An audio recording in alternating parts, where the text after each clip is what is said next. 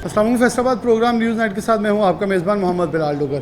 पाकिस्तान में एक जुमला चले, मैं प्रोग्राम के आगाज़ में पहले बोल देता हूं, ज़रा नम हो तो ये मट्टी बड़ी ज़रखेज़ है साकी। शाहीन और इलामा मोहम्मद इकबाल के शेरों के ऊपर अगर गौर करें तो ये यकीनन हमें शाहीन भी नज़र आते हैं और पाकिस्तान के अंदर ऐसा ऐसा टैलेंट नज़र आता है कि जो शायद अगर सामने आए तो पूरी दुनिया के ऊपर छा जाने वाला, और वो दुनिया पे छा भी रहे। लेकिन हमारा मकसद ही प्रोग्राम का ये है कि आज एक यूनिवर्सिटी के अंदर आए हैं जिसे नेशनल टेक्सटाइल यूनिवर्सिटी कहते हैं।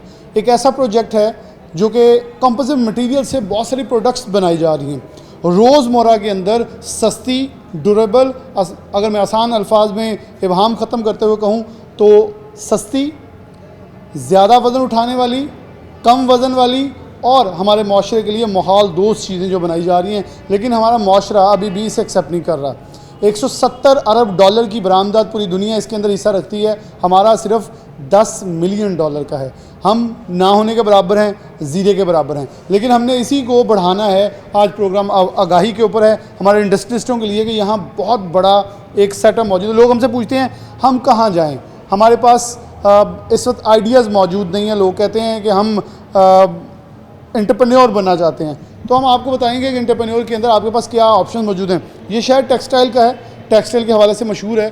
तो सबसे पहले हम एक आज इस लैब में कंपोजिट मटेरियल बनता कैसे है, फिर इसकी आगे प्रोसेसिंग कैसे है, और इस प्रोसेसिंग के बाद मैन्युफैक्चरिंग के बाद कौन कौन सी प्रोडक्ट्स बनती हैं, इसकी स्ट्रेंथ क्या है, कहाँ इस्तेमाल हो सकती है और कितना हमारे लिए कारआमद है। डॉक्टर साहब मौजूद हैं, डॉक्टर काशिफ बंगे साहब। सबसे पहले इनसे आगाज़ कर लेता हूँ। कई भाई बहुत शुक्रिया आपको वक्त देने के लिए। पहला क्वेश्चन मेरे ख्याल में सबसे पूछने के लिए होगा, कंपोजिट मटेरियल क्या है, ये कैसे बनता है, कैसे इस्तेमाल होता है और क्या क्या कुछ बन सकता है इससे। थैंक यू बिलाल, ये अपॉर्चुनिटी देने के लिए कि हम कंपोजिट मटेरियल से जो है वो ज़्यादा से ज़्यादा लोगों को आगाह करें। Composite material basically conventional material का एक अल्टरनेटिव है कि जो कि लो कॉस्ट है, लाइट वेट है, लेकिन हाई परफॉर्मेंस और हाई स्ट्रेंथ जो है वो प्रोवाइड करता है।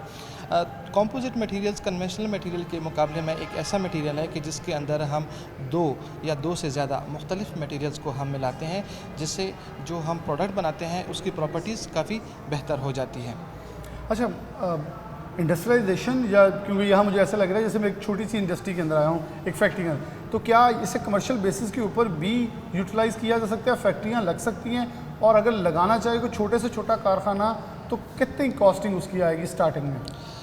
इसकी जो अगर आप स्मॉल स्केल से अगर आप इसकी डेवलपमेंट स्टार्ट करें तो बड़ा मैनुअल जो हमारे यहाँ होता भी है कि जो फाइबर शीट्स बनती हैं वो आप कुछ 2-3 लाख रुपए से आप उसका सेटअप जो है वो स्टार्ट कर सकते हैं, और उसकी बड़ी अच्छी डिमांड है मार्केट के अंदर। शेड्स बनते हैं, घरों की छतें वगैरह आजकल उससे लोग बना रहे हैं, तो वहाँ से स्टार्ट कर सकते हैं। और हाई एंड की तरफ अगर आप जाएँ तो आप गाड़ियों के पार्ट्स, जहाज़ों के पार्ट्स, आप इसके अलावा बहुत सारे ऐसे एडवांस प्रोडक्ट्स हैं, इंजीनियरिंग स्ट्रक्चर्स हैं जिनके आप पार्ट्स जो है वो डेवलप कर सकते हैं, जो कि थोड़े से हाई इन्वेस्टमेंट के साथ। हाई इन्वेस्टमेंट के साथ। आप ज़रा मुझे, हम स्टार्ट से आ जाएँ, यहाँ से ये आपका यहाँ आ जाए थोड़ा सा मेरे साथ आके, हम नाज़रीन को दिखा सकें। यहाँ ये प्रोडक्ट का अब सबसे पहला स्टेप है डिज़ाइनिंग के बाद। कंपोजिट के अंदर दो मेन चीज़ें होती हैं, एक होती है रीइंफोर्समेंट और एक होती है मैट्रिक्स। तो जो मैट्रिक्स होता है वो एक प्लास्टिक होता है जो कि एक मेटल भी हो सकता है, सिरामिक भी हो सकता है, जो कि एक प्रोडक्ट को शेप देता है बेसिकली, जबकि जो रीइंफोर्समेंट होती है वो एक प्रोडक्ट को स्ट्रेंथ और बाकी प्रॉपर्टीज़ जो है वो देती हैं। तो इस लैब के अंदर हम रीइंफोर्समेंट्स को डिज़ाइन करते हैं और रीइंफोर्समेंट्स को डेवलप करते हैं।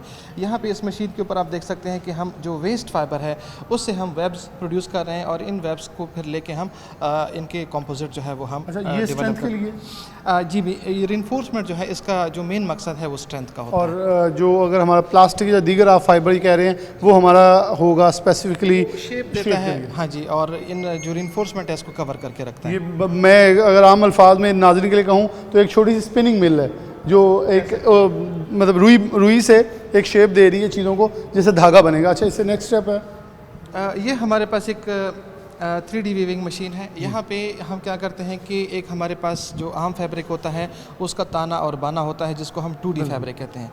हम इन मशीनों के ऊपर 3D फैब्रिक बनाते हैं जिसके अंदर एक Z एक्सिस के अंदर भी हम यान ऐड करते हैं और उससे कपड़े की मोटाई जो है वो ज़्यादा हो जाती है।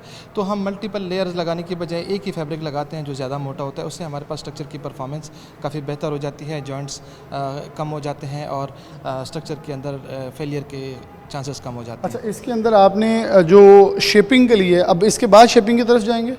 डिपेंड करता है कि आपके पास प्रोडक्ट कौन सा है। अगर आपको रिलेटिवली फ्लैट सरफेसेस चाहिए तो आप इस तरह के मशीन पे आप रिइंफोर्समेंट्स डेवलप करते हैं।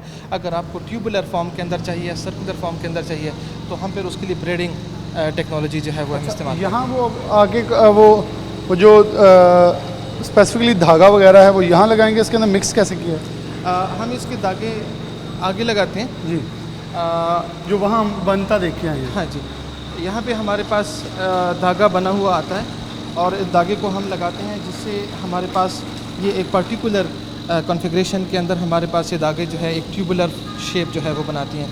तो जब इसके ट्यूबुलर शेप बन जाता है तो इसको फिर हम मैट्रिक्स लगा देते हैं और इससे हमारे पास प्रोडक्ट जो है वो एक ट्यूबुलर फॉर्म के अंदर बन जाता है। तो ये ट्यूबुलर फॉर्म बन गया। वो जो प्रोडक्ट है वो इसके ऊपर कैसे अब लगाई जाएगी? वो जो उसका जो रिइंफोर्समेंट बनता है उसकी एप्लीकेशन डिफरेंट है, इसकी एप्लीकेशन डिफरेंट। अच्छा, ये डिफरेंट कोई चीज़ है? हाँ, ये डिफरेंट प्रोडक्ट्स के लिए है, वो डिफरेंट प्रोडक्ट्स के लिए है। ये बेसिकली रिइंफोर्समेंट डिज़ाइन की लैब है। अब ये एक तो बहुत ही रॉ फॉर्म में है, जिसे अब एक सॉलिड फॉर्म में बनाने के लिए फिर क्या आप क्या करें? सॉलिड फॉर्म में बनाने के लिए हम इसके ऊपर जो है वो मैट्रिक्स लगा लेते हैं। वो कोई पॉलिस्टर भी हो सकता है, कोई इपॉक्सी भी हो सकती है, कोई आपके पास फिनोलिक भी कोई रेजिन हो सकता है। कुछ भी आप इसके ऊपर लगा सकते हैं जो कि आपको एक सॉलिड फॉर्म के अंदर पे प्रोडक्ट हमारे पास कोई ऐसी चीज़ है जैसे कि, अच्छा ये वर्टिकली है? जी, ये हमारे पास हॉरिजॉन्टल कॉन्फ़िगरेशन के अंदर है और ये दूसरा हमारे पास ये वर्टिकल कॉन्फ़िगरेशन। और इससे हमारा क्या क्या कुछ मतलब डिज़ाइन हो सकता है? तो अगर हमें एग्जाम्पल, इससे जो हमारे पास डिज़ाइन हो सकता है उसके अंदर आप ये देख सकते हैं कि ये हमारे पास फर्नीचर की जो लेग्स हैं वो हम ट्यूबुलर फॉर्म में इसके अंदर वीव करते हैं और फिर उसको सॉलिड शेप देने के लिए ये वही वाली जो प्रोडक्ट है वो बन रही है? एग्जैक्टली वो सिमिलर चीज़ है। इसके मोल्ड ऊपर क्या डिफरेंट है लगाया उसका। गया है इसे स्ट्रॉन्ग करने के लिए? इसके अंदर ग्लास फाइबर लगा हुआ है। ओके। हाँ जी, इसके अंदर ग्लास फाइबर लगा हुआ है। यहाँ पे मैं आपके लिए दिखा सकता हूँ एक और प्रोडक्ट है कि जो कि हमने कार्बन फाइबर का बनाया हुआ है और फिर उसके ऊपर हमने मैट्रिक्स लगा के इसको कंपोजिट बनाया है। ये हमारे जो छोटे मोटे इस्तेमाल के जो जहाज़ हैं उनके लैंडिंग गियर का पीस है। यानी कि जो मुसाफिर तैयारे हमारे जब लैंड करते हैं अक्सर हमारे बहुत सारे होते हैं। हाँ जी, कि वो उनका टूट जाना, उनका फ्लेक्सिबिलिटी, बहुत सारे इश्यूज आते हैं। क्योंकि इस वक्त दुनिया के अंदर फ्यूल एफिशिएंसी के ऊपर बहुत ज़्यादा काम हो रहा है, तो जो कंपोजिट्स है उसका मेन मकसद जो है वो वेट को कम करना है, लेकिन स्ट्रेंथ को भी कंप्रोमाइज़ नहीं करना एट द सेम टाइम। तो उसके लिए क्या है कि हम लाइट वेट मटेरियल्स कंपोजिट्स के अंदर बनाते हैं ताकि स्ट्रेंथ भी अच्छी रहे और वज़न भी कम हो जाए। वज़न भी कम हो जाए। बहुत शुक्रिया डॉक्टर साहब। यहाँ इन्होंने हमें कुछ चीज़ें दिखाई हैं बेसिकली, और मेरे ख्याल में हम डॉक्टर साहब के साथ बाहर ही चलते हैं। वहाँ कुछ प्रोडक्ट्स इन्होंने डॉक्टर साहब ने बाहर भी रखी थी और ये छोटे छोटे कारखाना सा है ताकि एक जो NTU अपने तौर पे एक नुमाइशी चीज़ें बनाता है वो यहाँ से तैयार कर रहा है। और मेरा फिर से डॉक्टर साहब से एक और क्वेश्चन होगा। डॉक्टर साहब, ये मटेरियल अब आपने जो लैंडिंग गियर की बात कर रहे थे, ये बेसिकली बना कैसे, इसको मिक्सिंग कैसे, यहाँ वो भी लैब यहाँ मौजूद है जो आप इसको बनाते हैं? बिल्कुल, वो हमारे पास लैब मौजूद है। मेरे ख्याल से पहले मैं आपको वो हाँ, वो ताकि एक इबहाम मेरे जहन में है तो देखने वालों के जहन में भी होगा, वो ज़रा क्लियर कर दें कि इसको एक शेपिंग कैसे दी जाती ताकि आने वाले लोगों, देखने वाले लोगों को इसकी ज़रा थोड़ी सी अंडरस्टैंडिंग हो जाए। ये कौन सी लैब है आपकी? ये हमारी फैब्रिकेशन लैब है शोएब। यहाँ आप मुख्तलिफ़ चीज़ें देख सकते हैं। ये एक लैब है और यहाँ बल्कि हमें बहुत सारी चीज़ें स्केटिंग के लिए मौजूद एक है। और आजकल ये मेरे ख्याल में, मेरे नहीं ख्याल में बल्कि यकीनन ये बहुत ज़्यादा यूज़ हो रहा है आजकल। नौजवान जो हैं वो, बल्कि पूरी दुनिया में तो इसके मुकाबले भी होते हैं। ये हमारे स्टूडेंट्स जो है वो छोटे मोटे प्रोडक्ट्स बनाते रहते हैं। ये बेसिकली एक स्केट बोर्ड है कि जो कि जूट फाइबर का बना हुआ है। ओके। तो ऐसे और ये भी हाँ, मतलब वेस्ट मटेरियल है। एग्जैक्टली आप ये जो आपकी आटे की बोरियां होती हैं पटसन की, जब वो ज़ाया होती हैं तो उससे उसको लेके स्टूडेंट्स ने एक वैल्यू एडेड प्रोडक्ट बनाया हुआ है। ये पंखे के पर हैं। ये पंखे के पर हैं, पर एक जो मोटर होता है उसकी जो एफिशिएंसी होती है उसके आगे पर के ऊपर बहुत ज़्यादा डिपेंड करती है। तो आपका पर जितना ज़्यादा एरोडायनामिक होता है और जितना ज़्यादा जो है वो लाइट वेट होता है उतनी अच्छी उसकी परफॉर्मेंस और एफिशिएंसी होती है।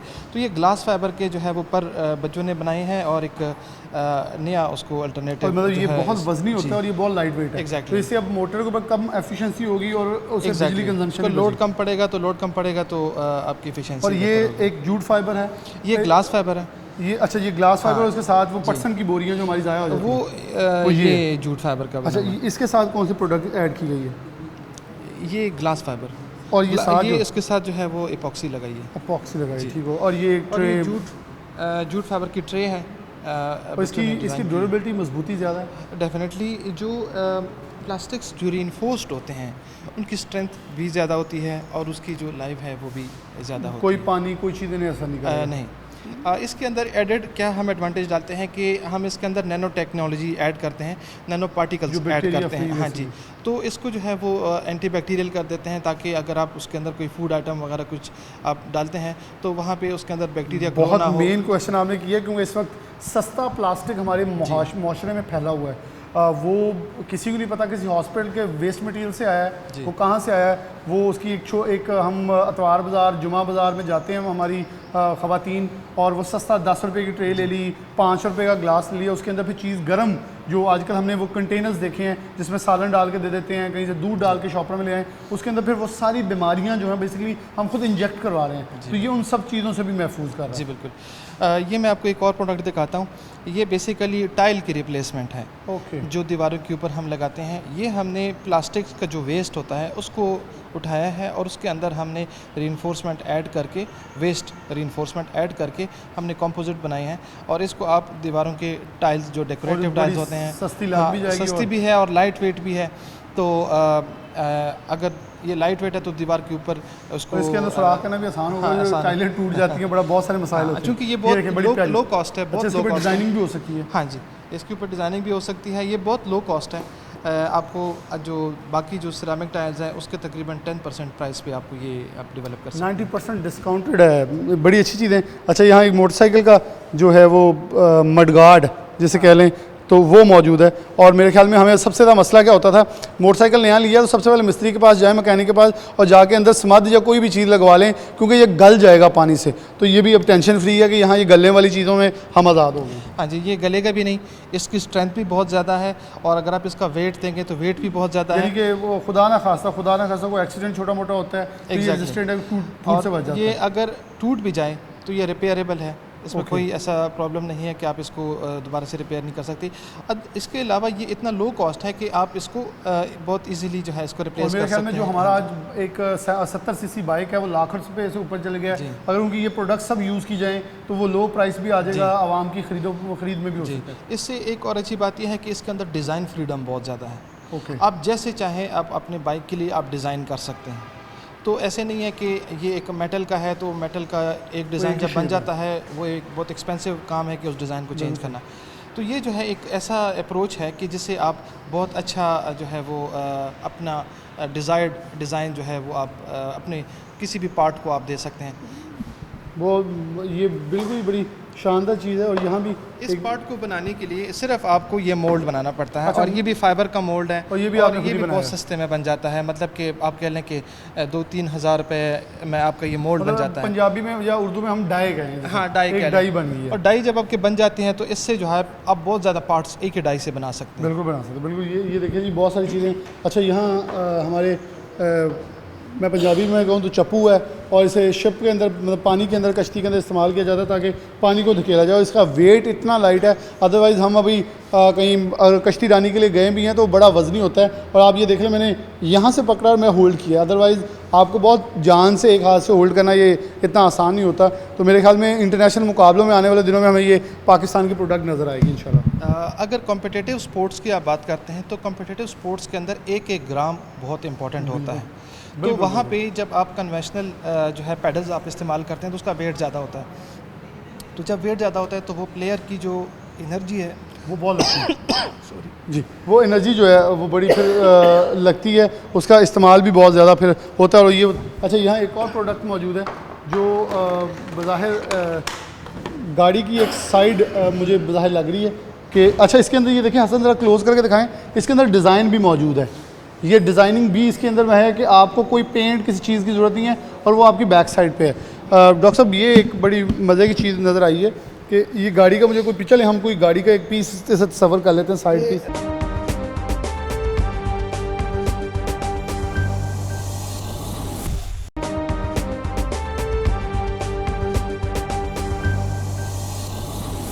प्रोग्राम में आगे चलते हैं। डॉक्टर साहब हमारे साथ मौजूद ही हैं और डॉक्टर साहब से मैं आगे चलूँगा, लेकिन इस वक्त हम लैब के अंदर मौजूद हैं। मुख्तलिफ प्रोडक्ट्स आपको दिखाई जो बनती हैं और कंपोजिट मटेरियल के ऊपर पूरी दुनिया बहुत तेज़ी से मूव होती देखी जा रही है, लेकिन पाकिस्तान में अनफॉर्चुनेटली इसके ऊपर इतना काम नहीं है। लेकिन NTU बहुत तेज़ी से इसके ऊपर काम कर रहा है और पाकिस्तान को मेंटली भी कह लें या जैसे भी कह लें वो रेडी कर रहा है कि हम इस कंपोजिट मटेरियल के ऊपर आएँ ताकि हमारा हर शोबा ज़िंदगी से ताल्लुक़ रखने वाली चीज़ों के अंदर आसानी पैदा की जाए। डॉक्टर साहब, ये लैब के अंदर कैसे आप चीज़ों को देख रहे हैं और कौन सी मशीन में क्या क्या देख रहे हैं? और ये कंपोजिट मटेरियल जैसे आपने दिखाए बहुत सारी चीज़ों में यूज़ हो रहा है, सिविल वर्क्स के अंदर बेतहाशा, और हम अपनी अखराजात भी कम कर सकते हैं, ड्यूरेबिलिटी भी ज़्यादा कर सकते हैं और माहौल दोस्त भी हैं। तो यहाँ आप किन चीज़ों को कैसे कैसे रेडी करके दिखा रहे हैं? तो जैसे हमने कंपोजिट्स का पूरा प्रोसेस देखा, तो जब हमारे पास कंपोजिट्स डेवलप हो जाते हैं तो फिर उनकी हम टेस्टिंग और एवेल्युएशन करते हैं कि क्या ये जिस रिक्वायरमेंट के लिए हमने बनाए हैं उसको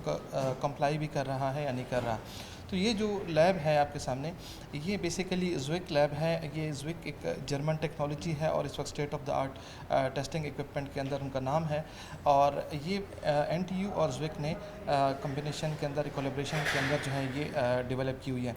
यहाँ पे हम कंपोजिट मटेरियल्स की जो टेस्टिंग है वो हम स्ट्रेंथ से लेकर उसकी फटीग, उसका इम्पैक्ट, उसकी सरफेस प्रॉपर्टीज़ सारी की सारी हम यहाँ पे एनालाइज कर सकते हैं।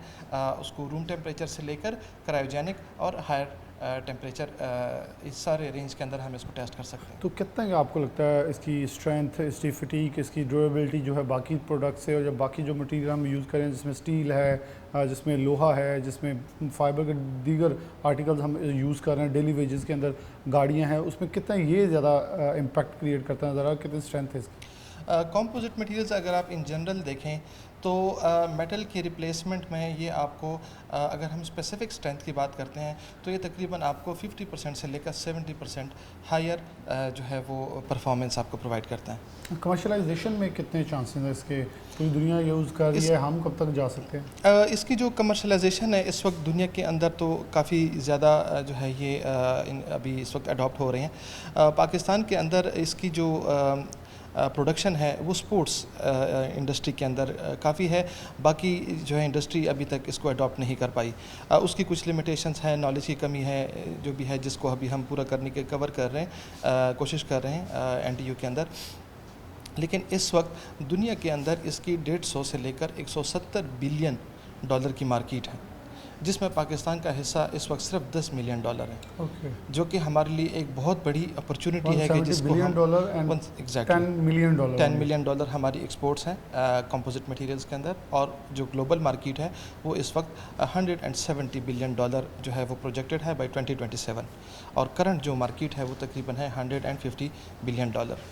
तो हमारे लिए एक बहुत बड़ा पोटेंशियल है कि इसके अंदर हम काम करें और वैल्यू एडेड प्रोडक्ट्स जो है वो हम अपनी एक्सपोर्ट्स में ऐड करें। बहुत शुक्रिया डॉक्टर साहब, हमारे साथ स्टूडेंट्स मौजूद हैं, अब PhD के स्टूडेंट भी हैं। अस्सलाम वालेकुम। वालेकुम सलाम, मेरा नाम तैयबुल हसन। अच्छा तैयब, आप स्पेसिफिक इस चीज़ के ऊपर काम कर रहे हैं, अपना रिसर्च कर रहे हैं, और आपके ख्याल में ये कितनी ज़्यादा हमारे लिए है आने वाली लाइफ के अंदर, और कितना ज़्यादा हमें जल्दी मूव हो जाना चाहिए इसके? फ़र्स्ट ऑफ़ ऑल तो मैं PhD कर रहा हूँ एडवांस मटेरियल्स में, और जो मेरा रिसर्च एरिया है वो कंपोजिट मटेरियल्स है, और मैं इसी लैब में जो है ना अपनी एक्सपेरिमेंटेशन और टेस्टिंग करता हूँ। फ़र्स्ट ऑफ़ ऑल तो ये वाले जो मटेरियल्स हैं ये एक तो लेस कॉस्टली हैं और ड्यूरेबल हैं।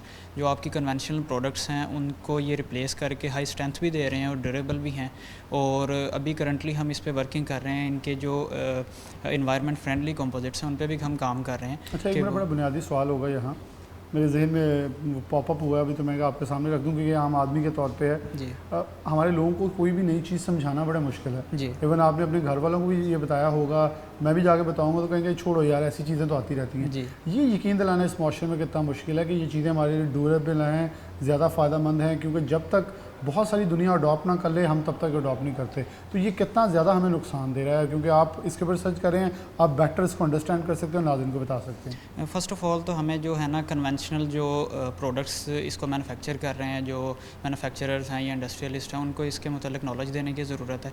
एक तो ये फैक्टर है, अगर हम उनको नॉलेज देंगे तो वो इस पर ज़ाहरी बात है कि इन्वेस्ट भी करेंगे, प्रोडक्शन भी स्टार्ट करेंगे। सेकेंडली हमें चाहिए कि हम ना जो स्किल्ड एजुकेशन है इसके बारे में, जैसे इंजीनियरिंग लेवल पे या फिर छोटे छोटे शॉर्ट कोर्सेज़ हैं वो करवाएं, ताकि इसकी जो ह्यूमन रिसोर्स है या जो स्किल्ड पर्सनस हैं वो प्रोड्यूस हों। इस तरह सोसाइटी में ये वाले जो एडवांस मटेरियल्स हैं इनकी जो है ना इम्पोर्टेंस जो है ना सोसाइटी में बढ़ेगी, और हमें ये कन्वेंशनल मटेरियल्स को रिप्लेस करके एक अच्छा सोल्यूशन देंगे। अच्छा सोल्यूशन देंगे। हमारे साथ और स्टूडेंट मौजूद हैं, उनसे बात करें। अस्सलाम वालेकुम। वालेकुम आपका नाम? अब्दुल मालिक। अच्छा अब्दुल मालिक, आप कौन सी क्लास के स्टूडेंट हो? मैं final year Final- BS final year. BS final year. आप भी इसके ऊपर काम कर रहे हैं? मैं बेसिकली काम कर रहा हूँ इको फ्रेंडली नेचुरल डाई के ऊपर। जैसे अच्छा, आप उसके अंदर क्या स्पेशलिटी है? नेचुरल डाई बेसिकली आपको पता है, दूसरी जो डाई सिंथेटिक यूज़ हो रही है उसके अंदर एफ्लुएंट जो होते हैं बाहर आते हैं, पानी, बहुत सारा इन्वायरमेंट ख़राब होता है। इसके अंदर जो अगर आप नेचुरल डाइज और नेचुरल मोडेंट यूज़ कर रहे हैं उसके साथ आप काफ़ी एफ्लुएंट को कम कर सकते हैं।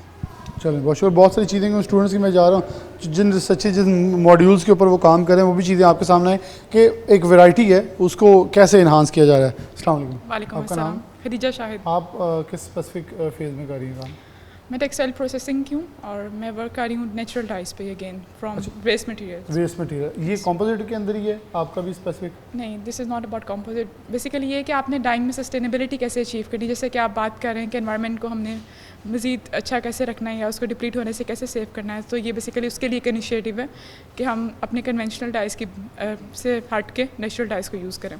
बहुत शुक्रिया। हमारे साथ एक और सचिन, आप थोड़ा सा आगे आ जाए। अस्सलाम वालेकुम। अच्छा, आप स्पेसिफिकली इससे मैं ये दो स्टूडेंट्स को लेने के बाद आपको लेने का मकसद सिर्फ ये है कि उन्होंने टेक्सटाइल पे कर रहे हैं, ये भी टेक्सटाइल से मंसूब को चाहिए एक फेज़ ऐसा मिले, लेकिन सबसे बड़ा सवाल हमारे जो भी कारोबारी अफराद का होगा, हमारे साथ डॉक्टर साहब मौजूद हैं। मैं तो क्योंकि ये आम महफिलों में जब भी बैठे उनका एक पास होता है, ख़ाम माल कितना सस्ता है, क्या इसकी जो रॉ मटेरियल है वो आसानी से अवेलेबिलिटी है, वो आसानी से अवेलेबल हो जाएगा? क्योंकि हमारे एक्सपोर्टर्स कह लें, टेक्सटाइल कह लें, जब वो आप कंस्ट्रक्शन में जाए किसी भी फील्ड में चलें जहाँ जहाँ कंपोजिट यूज़ हो सकता है, हर एक का क्वेश्चन ये होगा सबसे पहले, भाई हम कहाँ से मंगाएं, इंपोर्ट बैन है, बहुत सारे हमारे एतराज़ात मौजूद होते हैं। इसमें भी तैयब साहब ने बात की कि जो नेचुरल मटेरियल्स है, अब जैसे जूट है, फ्लैक्स है, हेम्प है, मटेरियल्स वो ऑलरेडी पाकिस्तान में डेवलप हो रहे हैं।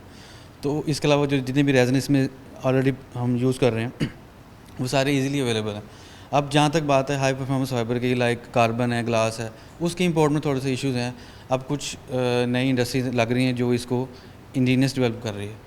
तो आपका जो क्वेश्चन है उसका आंसर यही जो मैंने अभी आपको दिया है कि जो लोकली डेवलप है अब वो शुरू होगी, डेवलपमेंट इस लेवल पर पहुंच गई है कि आप उसको इजीली आप यूज़ कर सकते हैं। कमर्शलाइजेशन की तरफ अगर लोग आना चाहें तो ऑलरेडी कुछ ऐसे प्रोजेक्ट्स हैं जो कमर्शलाइज होके और लोग यूज़ कर रहे हैं उसको, लोग यूज़ कर रहे हैं। अस्सलाम वालेकुम। आप कौन से डिपार्टमेंट से? मैं टेक्निकल टेक्सटाइल का स्टूडेंट हूँ, BS टेक्निकल। अच्छा, आपको कंपोजिट का कुछ है नॉलेज? हम कंपोजिट पढ़ते हैं। अच्छा, आप पढ़ रहे हैं, तो क्या आपको लगता है बाकी सब्जेक्ट से डिफरेंट इसके अंदर क्या है? लोग इसकी तरफ आ रहे हैं या अभी स्टूडेंट्स को भी मुश्किल हो रही है इसको समझने में? नहीं, ये काफ़ी अरसे से शुरू है, लेकिन ये अच्छा काम है। हम कंपोजिट को कन्वेंशनल तरीके से हट के हम इसको एडवांस तरीके में यूज़ कर सकते हैं। इसकी फंक्शनैलिटी कन्वेंशनल से ज़्यादा होती है हमारे पास, तो हम इसको बहुत ज़्यादा एडवांस प्रोडक्ट्स में यूज़ कर सकते हैं। स्टूडेंट्स के लिए भी, क्योंकि NTU एक वाहिद इदारा है जो इसके ऊपर डिग्री लॉन्च की है, लोग पढ़ रहे हैं, स्टूडेंट्स आ रहे हैं, तो क्या ये बहुत फ्रूटफुल हो सकता है? क्योंकि पूरी दुनिया में जो कंपोजिट मटेरियल्स हैं और ये डिग्रीज़ हैं, जब ये एक बहुत बड़ा इंडस्ट्री रिवैम्प होने वाली है पूरी दुनिया, तो क्या बहुत बड़ा हमारे पास एक इंफ्रास्ट्रक्चर मौजूद नहीं है कि स्टूडेंट्स इस तरफ आएँ और बहुत बड़ा ज़र मुबादला या अर्निंग का एक बहुत बड़ा सोर्स बन सकता है? जी, हमारे पास ये बहुत ज़्यादा, हमारे पास ये एरिया जहाँ पे हम जो कंपोजिट को यूटिलाइज़ कर सकते हैं, जैसे कि हमारे पास इंडस्ट्री है, कंस्ट्रक्शन डिपार्टमेंट है, वहाँ पे इसको बहुत ज़्यादा यूज़ कर सकते हैं। और हमारे पास ऑटोमोटिव इंडस्ट्री है, जैसे कि हम उसके पैनल्स बना सकते हैं, कार्स के, एयरप्लेन्स के हम पैनल्स बना सकते हैं, जैसे कार्बन को, ग्लास को यूज़ करते हुए, केवलार को यूज़ करते हुए। ये हमारे पास हाई परफॉर्मेंस फाइबर के साथ अगर हम कंपोजिट को बेस में हम यूटिलाइज़ करें तो हमारे पास बहुत ज़्यादा बहुत सारे प्रोडक्ट्स हैं। मैं डॉक्टर साहब की तरफ दोबारा बढ़ना चाहूँगा। डॉक्टर साहब यहाँ टेस्टिंग हो रही है, लेकिन एक बड़ा बुनियादी सवाल इन सब चीज़ों के बाद आपके पास मेरा क्वेश्चन आ गया कि ये तो बहुत बड़ा एक अर्निंग सोर्स मौजूद है। देखें पाकिस्तान में अगर 10 मिलियन एक्सपोर्ट्स हो रही हैं तो ये स्टूडेंट्स कुछ भी ना करें तो एंटरप्रेन्योर बन के इस मार्केट के अंदर बहुत सारी चीज़ें खुद लॉन्च कर सकते हैं, क्योंकि इनको पता है रॉ मटेरियल भी अपना है, यहीं से वेस्टेज से बना के वो रॉ मटेरियल बनाना है, सब कुछ बनाना है। तो मौके हैं और मेरे ख्याल में एक ऐसी इंडस्ट्री मौजूद है जिसको ये जाके यूटिलाइज़ कर सकते हैं। जी बिल्कुल मैं एग्री करता हूँ कि अपॉर्चुनिटी तो बहुत बड़ी है। जो एक प्रॉब्लम है कि जो ये अभी तक शुरू नहीं हो सका, वो सबसे बड़ा प्रॉब्लम ये है कि ये चूँकि एक टेक्निकल प्रोडक्ट है और इसकी नॉलेज की कमी है। And for the same reason हमने ये रिसर्च सेंटर जो है वो इस्टेब्लिश किया हुआ है कि यहाँ पे हम लोगों को बुलाएं और उनको यहाँ पे हम ट्रेन करें, क्योंकि हमारे पास जो फैकल्टी है यहाँ पे वो सारी हाई क्वालिफाइड है, PhDs हैं specifically specialization in composite materials. तो हम ये सब इकट्ठे यहाँ पे इस सेंटर के अंदर इसलिए हुए हैं कि हम ये नॉलेज जो है वो डिसेमिनेट कर सकें, लोगों को ये नॉलेज प्रोवाइड करें, कंपनीज़ को, इन्वेस्टर्स को जो है वो अट्रैक्ट करें और प्रोवाइड करें, ताकि ये हमसे नॉलेज लें और ये टेक्नोलॉजी लेके उसको कमर्शलाइज़ करें और उसके प्रोडक्ट्स बना के एक्सपोर्ट के अंदर वो कंट्रीब्यूट करें। अच्छा, बड़ा एक फ़नी सा क्वेश्चन है, कितना मुश्किल है ये यकीन दिलाना कि ये आपको फ़ायदा देगा, क्योंकि हमारे पास बिजनेसमैन ऐसे हैं जो प्रॉफिट ओरिएंटेड है सिर्फ, उनको होगा कि पहले दिन ही आप पहले महीने उन्हें 2-3 करोड़ इजाफी दे देंगे तो वो इसकी तरफ आएंगे, अदरवाइज़ वो कहेंगे नहीं ये फ़ायदा मंद नहीं है। आपको लगता है कि ये बहुत बड़ी हडल है हमारे यहाँ कि हम सिर्फ एक सोच से सोचते हैं कि ये नहीं सोचते 2 साल बाद शायद ये 2 करोड़ की बजाय 10 करोड़ दे दे, लेकिन हम स्पेसिफिक उस पॉइंट पर खड़े हो जाते हैं कि अभी मुझे क्या दे रहा है। हम अपनी प्रॉफिट ओरिएंटेशन के अंदर बहुत सारी चीज़ों का नुकसान कर रहे हैं। जी आपको मैं एक मज़े की बात बताऊं कि ये जो कंपोजिट मटेरियल्स हैं इसके अंदर आप बहुत कम इन्वेस्टमेंट से भी प्रोडक्ट डेवलप करना स्टार्ट कर सकते हैं, और अब बहुत अगर हाई क्वालिटी जो कि आप एरोस्पेस ग्रेड कंपोजिट बनाते हैं तो आप हाई इन्वेस्टमेंट के साथ भी इसका काम कर सकते हैं, लेकिन इसकी जो वैल्यू एडिशन है वो बहुत बड़ी है। तो इस वजह से इसका प्रॉफिट मार्जिन जो है वो कन्वेंशनल प्रोडक्ट के मुकाबले में 10 से 20 गुना ज़्यादा है। कि अगर आप किसी कन्वेंशनल प्रोडक्ट के ऊपर 100 रुपये कमाते हैं तो इसके ऊपर आप हज़ारों रुपये एक ही प्रोडक्ट के ऊपर आप कमाते हैं, सिर्फ वैल्यू एडिशन के साथ। सिर्फ वैल्यू एडिशन के साथ। बहुत शुक्रिया डॉक्टर साहब। एक रिक्शा है, बल्कि एक बस लगा लें, उसके ऊपर बॉडी मौजूद है, वो बॉडी अगर कन्वेंशन इसकी आपको मिलेगी जो एक कंपोजिट मटेरियल है, तो वो जो ऑयल कंजम्पशन है, जो वज़न है, फॉर एग्जांपल हम कहते हैं ये गाड़ी है, एक कोई भी किसी कंपनी की लगा लें तो उसके ऊपर जो वज़न है वो एक गार्डर होता है, उसके ऊपर सारा वज़न होता है। ये इतनी वज़नी गाड़ी है, वो बड़ी गाड़ी लगा लें छोटी, तो उसको डेफिनेटली जब एयर रिपेल होता है तो उसके बाद फिर उसकी वज़न और सब कुछ से बन के ऑयल कंजम्पशन होती है। कोई 18 लीटर का रही है, 18 किलोमीटर पर लीटर का रही है, कोई 12 का रही है, कोई 13 का रही है। लेकिन अगर इसे कंपोजिट मटेरियल के ऊपर लेके आए, ये ड्यूरेबिलिटी भी, मजबूती बढ़ेगी, रेजिस्टेंस होगी, वेदर रेजिस्टेंस, उसके बाद इसकी जो लाइफ है वो बढ़ने के साथ साथ ख़ास तौर पर गाड़ियों के अंदर इसकी इतने इंकरेजमेंट आ रही है, चीज़ें आ रही हैं, लेकिन हमें इस तरह बहुत तेज़ी से जाना होगा। एक तो हम पहले इतने को तगड़ा मुल्क नहीं है, हम फाइनेंशियली बहुत कमज़ोर हैं, तो हमें बहुत तेज़ी से इसकी तरफ आएंगे। एक तो एक बहुत बड़ा वेंचर है, जब हम ये देखते हैं डॉक्टर्स जॉबलेस हैं, इंडस्ट्री के अंदर लोग जॉबलेस हैं, तो एक ऐसी इंडस्ट्री खुली है जिसको हम जहाँ चाहें, जैसे चाहें, एक छोटी स्टिक से लेकर एक बड़े जहाज़ के पुर्जों तक जो है उसकी बॉडी तक इस्तेमाल करने के लिए चीज़ें इस्तेमाल हो सकती हैं। अब ये लगाने वालों के ऊपर है, यूटिलाइज़ करने वालों के ऊपर है। हमारा काम आगाही थी, हमारा मकसद आगाही था, हमने वो पूरा किया है, लेकिन अब इंडस्ट्री को चाहिए कि इसको यूटिलाइज़ करें ताकि हम पाकिस्तान दुनिया के अंदर ऐसे बेहतरीन तरीके बता सकें कि हम, वो एक थ्योरी है कि हम अर्ली अडॉप्टर्स हैं, लैडर्स नहीं हैं।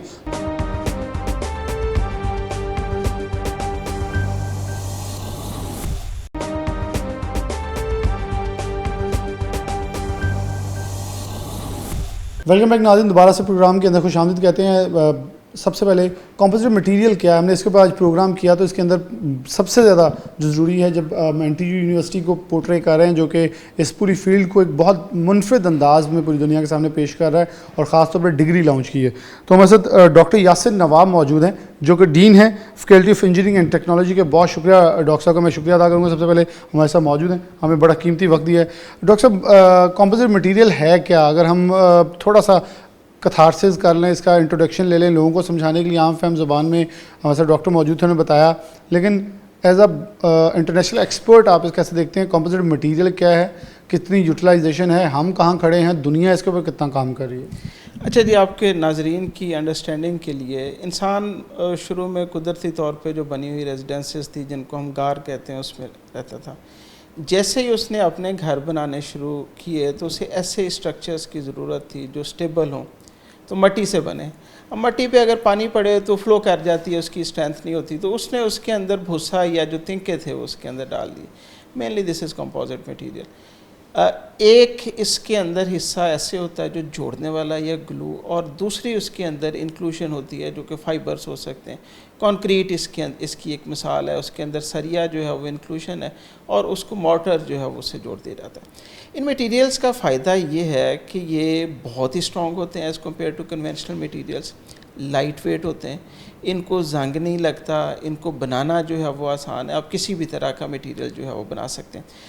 जैसे जैसे इंसानी ज़िंदगी आगे गुजर रही है, जो नेचुरल मटेरियल्स हैं लाइक स्टील है, जो वुड है और इस तरह की जो मटेरियल्स हैं, एलुमिनियम है, ये कम होती जा रही है। तो इसकी वजह से हमें ये बहुत शदीद ज़रूरत है कि हम लाइट वेट, स्ट्रॉन्ग और टेलर मेड मटीरियल्स बनाएं, और कंपोजिट मटीरियल जो है वो इसके लिए एक बेस्ट सोल्यूशन। तो डॉक्टर साहब, ये एक बहुत आम सी, आपने बड़ी आसान सी इसकी डेफिनेशन बता दी।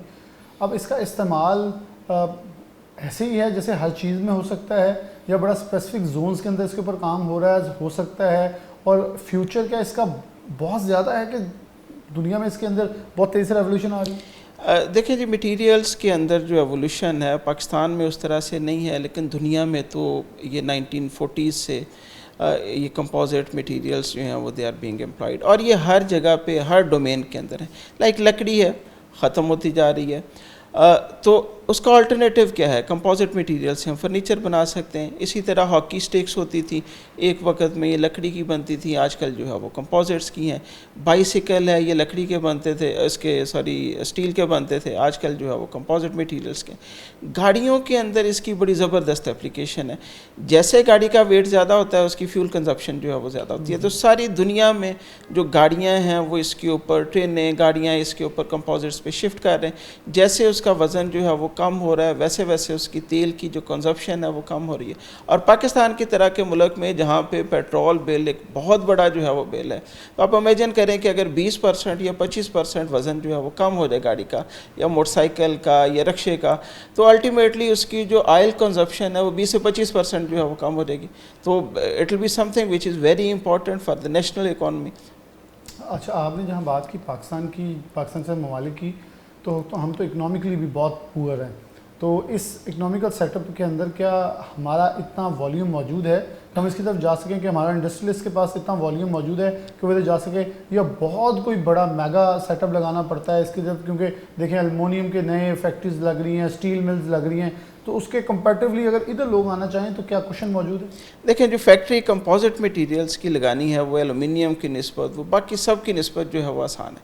अच्छा, कंपोजिट्स के अंदर जो प्रॉब्लम है इस पे ना शिफ्ट होने का, वो लैक ऑफ नॉलेज है, लैक ऑफ अवेयरनेस है। आपके पास उतनी जो है वो अवेयरनेस नहीं है। तो NTU ने दो इसके अंदर जो है वो एस्पेक्ट्स पे काम किया। एक तो हमने पॉलीमर इंजीनियरिंग, हमारा जो डिपार्टमेंट है उसमें एक स्पेशलाइज्ड डिग्री शुरू कर दी ताकि हम अपने बच्चों को ट्रेन करें। उसके साथ साथ जो इंडस्ट्रियलिस्ट हैं, जो प्रोफेशनल्स हैं, उनकी हम फ्रीक्वेंटली ट्रेनिंग्स करवा रहे हैं। तो if someone wishes to invest, पूरा पाकिस्तान जो है वो इन सारी डोमेन्स के अंदर ओपन है। हर वो जगह जहाँ पे कन्वेंशनल मटेरियल यूज़ हो रहा है उसकी जगह पे हम कंपोजिट मटेरियल्स यूज़ कर सकते हैं। It will be light weight, it will be strong, और इसकी लाइफ बहुत ज़्यादा होगी। तो इसके लिए जो इन्वेस्टमेंट की रिक्वायरमेंट है वो थोड़ी है, लैक ऑफ अवेयरनेस है। मेरी वो लोग जो कि इन्वेस्टर हैं, जो नए बिजनेसेस शुरू करना चाह रहे हैं, मैं उनको इनवाइट करता हूँ कि इस डोमेन को एक्सप्लोर करें। आप थोड़ी इन्वेस्टमेंट से ज़्यादा जो बेनिफिट है वो इसमें ले सकते हैं। डॉक्टर साहब, आपने जब लोगों को मैं इसे एंटरप्रेन्योरशिप कह लूँगा, बहुत सारी हमारे नौजवान हैं, तो ये तो फिर एक नया वेंचर है जहाँ 7-8 लाख नौजवान हमारा पाकिस्तान से बाहर डंप आउट हो जाता है, जिसे हम ब्रेन ड्रेन कहते हैं। उनमें से चलें कुछ तो ऐसे हैं जो एजुकेशन के लिए गए हैं, पॉजिटिविटी के लिए गए, लेकिन ज़्यादातर नौकरियाँ ढूंढने गए। क्या वो 40, 50, 60, 70 लाख इधर लगता तो मुल्क के लिए भी फ़ायदा और उनके लिए भी, उनके घर वालों के लिए भी फ़ायदेमंद नहीं हो सकता था? देखिए, पाकिस्तान का जो सबसे बड़ा प्रॉब्लम है ना, वो ये है कि हमारी इंपोर्ट ज़्यादा है, एक्सपोर्ट थोड़ी। Trade deficit. सो एक्सपोर्ट को बढ़ाने के लिए we need to go into new domains.